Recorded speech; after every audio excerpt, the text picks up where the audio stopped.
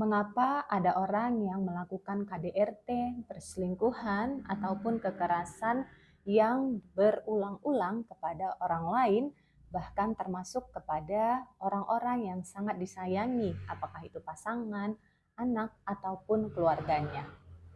Teman-teman sekalian, salah satu penyebabnya adalah orang tersebut bisa jadi belum selesai dengan dirinya sendiri.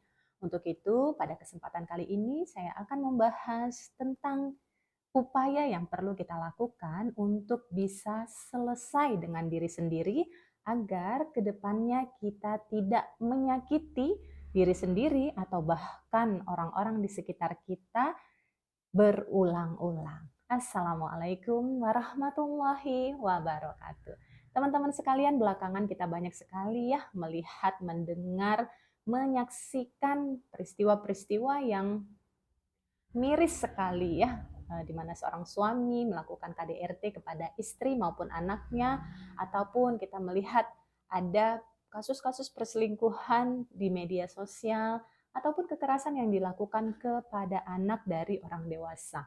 Fenomena-fenomena ini semakin muncul ke permukaan seiring dengan berkembangnya teknologi maupun informasi yang berkembang di media sosial, sehingga informasi-informasi tersebut semakin mudah untuk kita temukan. Nah, teman-teman sekalian, salah satu upaya yang perlu dilakukan agar kondisi tersebut tidak berulang ataupun tidak terus berkembang adalah dengan setiap orang menyadari apa yang belum selesai pada dirinya.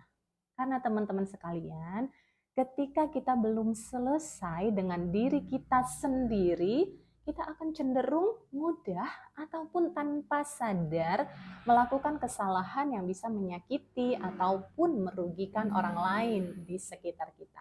Tentu kita nggak ingin, nggak mau menyakiti pasangan, anak, keluarga, ataupun orang-orang terdekat kita. Tetapi kondisi belum selesai dengan diri sendiri inilah yang bisa mempengaruhi perilaku kita menjadi tidak terkendali. Dalam psikologi dikenal ada istilah inner child, atau mungkin yang lebih populer dikenal dengan istilah mental block, di mana seseorang mempunyai hambatan emosi di dalam pikiran bawah sadarnya.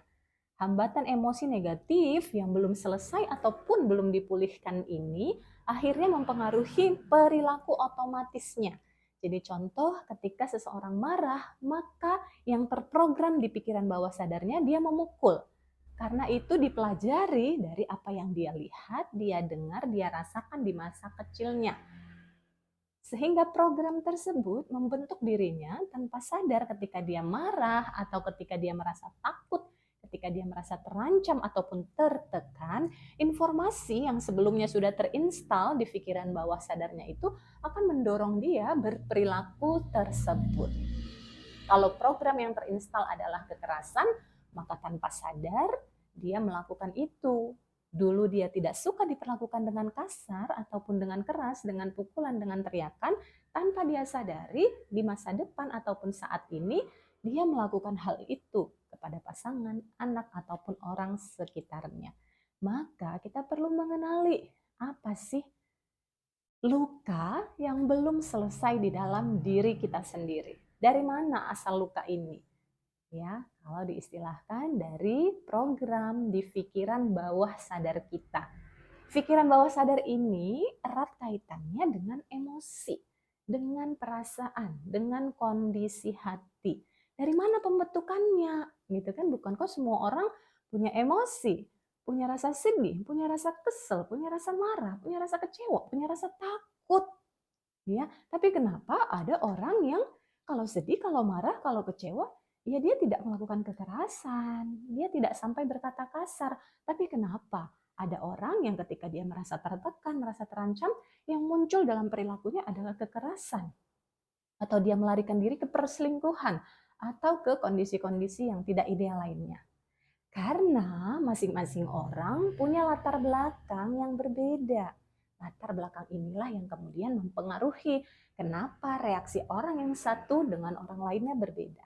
Latar belakang yang dimaksud apa? Latar belakang yang paling dominan membentuk karakter ataupun pikiran bawah sadar kita adalah pola asuh orang tua, ataupun bagaimana kehidupan pernikahan ataupun parenting ataupun ekonomi di dalam keluarga tersebut di masa lalu.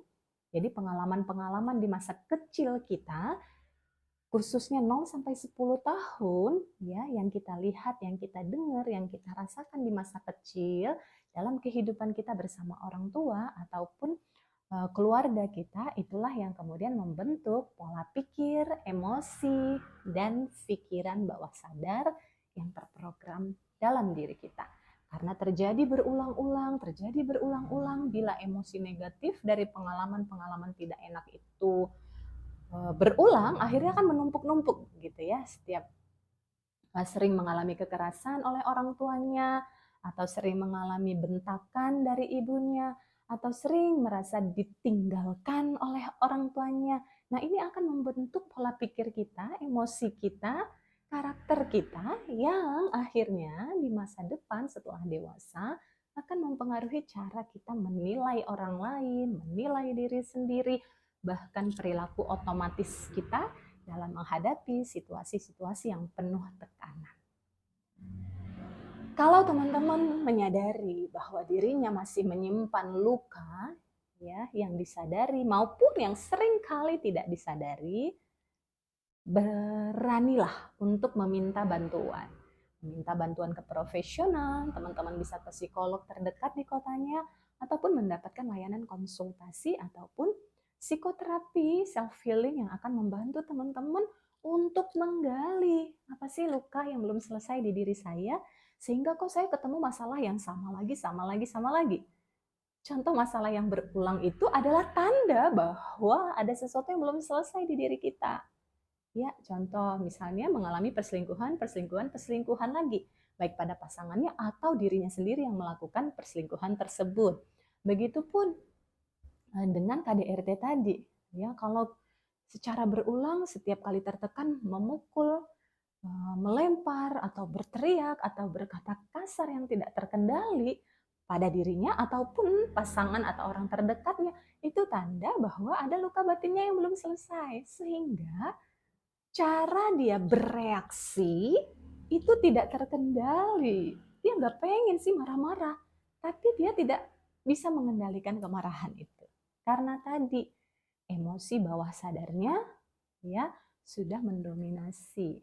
Nah, ini pentingnya kita kenali diri kita dan selesaikan apa yang belum pulih di dalam diri kita, sehingga nanti ketika sudah dilepaskan tuh ya luka-luka batin dari peristiwa-peristiwa masa lalu yang menyakitkan itu, kita ke depannya bisa mempunyai hati yang lebih bersih, pikiran yang lebih jernih, dan tindakan serta cara berperilaku yang lebih sehat dan harmonis.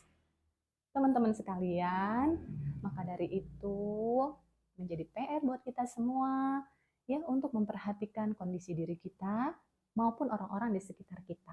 Kalau kita menemukan ada perilaku-perilaku yang tidak terkendali, yang disadari maupun tidak sadari, ayo saling memberi masukan, saling berinisiatif untuk mendapatkan bantuan profesional, mendapatkan layanan konseling, ataupun self-healing, atau mengikuti pelatihan-pelatihan pengembangan diri yang membantu teman-teman untuk bisa mengenali dan mengelola emosinya masing-masing. Karena kalau tidak, polanya akan terus berulang. Ya, polanya akan terus berulang karena Tuhan pengen kita menyelesaikan apa yang belum selesai pada diri kita sendiri. Ketika kita sudah bisa berdamai dan melepaskan hambatan dalam diri kita, maka insya Allah kehidupan kita akan semakin indah, semakin menyenangkan, dipenuhi keharmonisan, diisi dengan beragam keberuntungan, dan kita dikelilingi oleh orang-orang yang penuh cinta, karena hati kita sendiri juga sudah bersih dan dipenuhi dengan cinta dan rasa syukur. Mari teman-teman bantu diri sendiri untuk bisa pulih, bisa selesai dengan diri sendiri, dan insya Allah ke depannya juga bisa membantu orang-orang di sekitarnya untuk juga selesai pada dirinya sendiri. Kalau teman-teman butuh bantuan, kami membuka layanan konsultasi dan juga self-healing secara online melalui Zoom ataupun secara offline di kota Semarang. Teman-teman boleh mengizinkan dirinya untuk sembuh, untuk pulih dan memiliki kesehatan mental yang baik. Dan insya Allah kehidupannya ke depan juga semakin baik. Semoga bermanfaat, semoga kita dan keluarga selalu dijaga dan dilindungi dalam kebaikan. Wassalamualaikum warahmatullahi wabarakatuh.